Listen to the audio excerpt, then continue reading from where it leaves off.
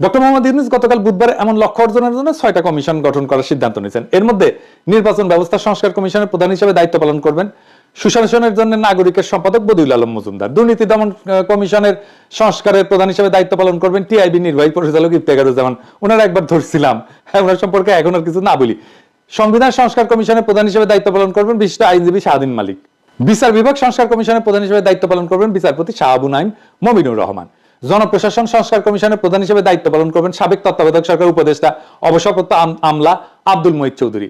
Police প্রশাসন সংস্কার কমিশনের প্রধান হিসেবে দায়িত্ব পালন করবেন আরেক অবসরপ্রাপ্ত সচিব সফররাজ হোসেন। তো ওনাদের সিলেকশন কেমন হইলো, তাই না? আসেন এটা একটু বিচার করে দেখি।